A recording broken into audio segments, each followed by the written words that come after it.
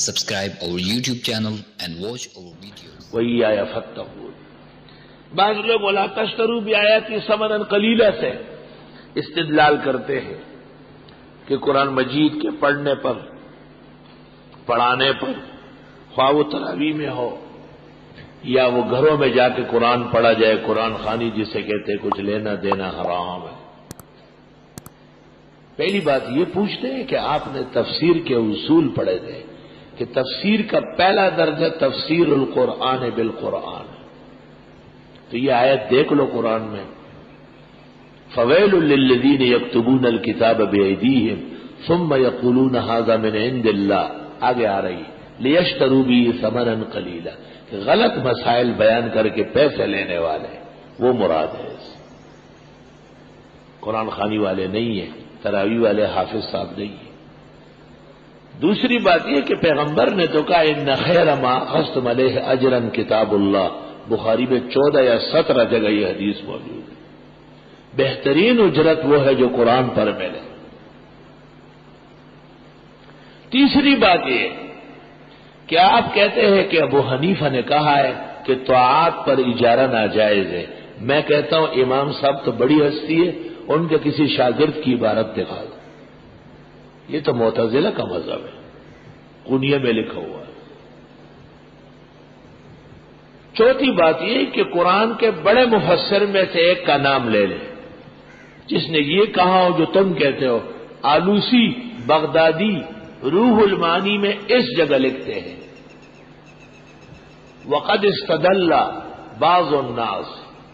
على من اخذ الاجرت على کتاب اللہ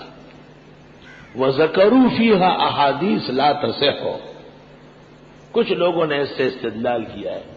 کہ اجرت و اجارہ ناجائز ہے، حدیثیں پیش کیے ایک بھی صحیح نہیں ہے، ایک بھی۔ آگے سنو، وقد تضافرت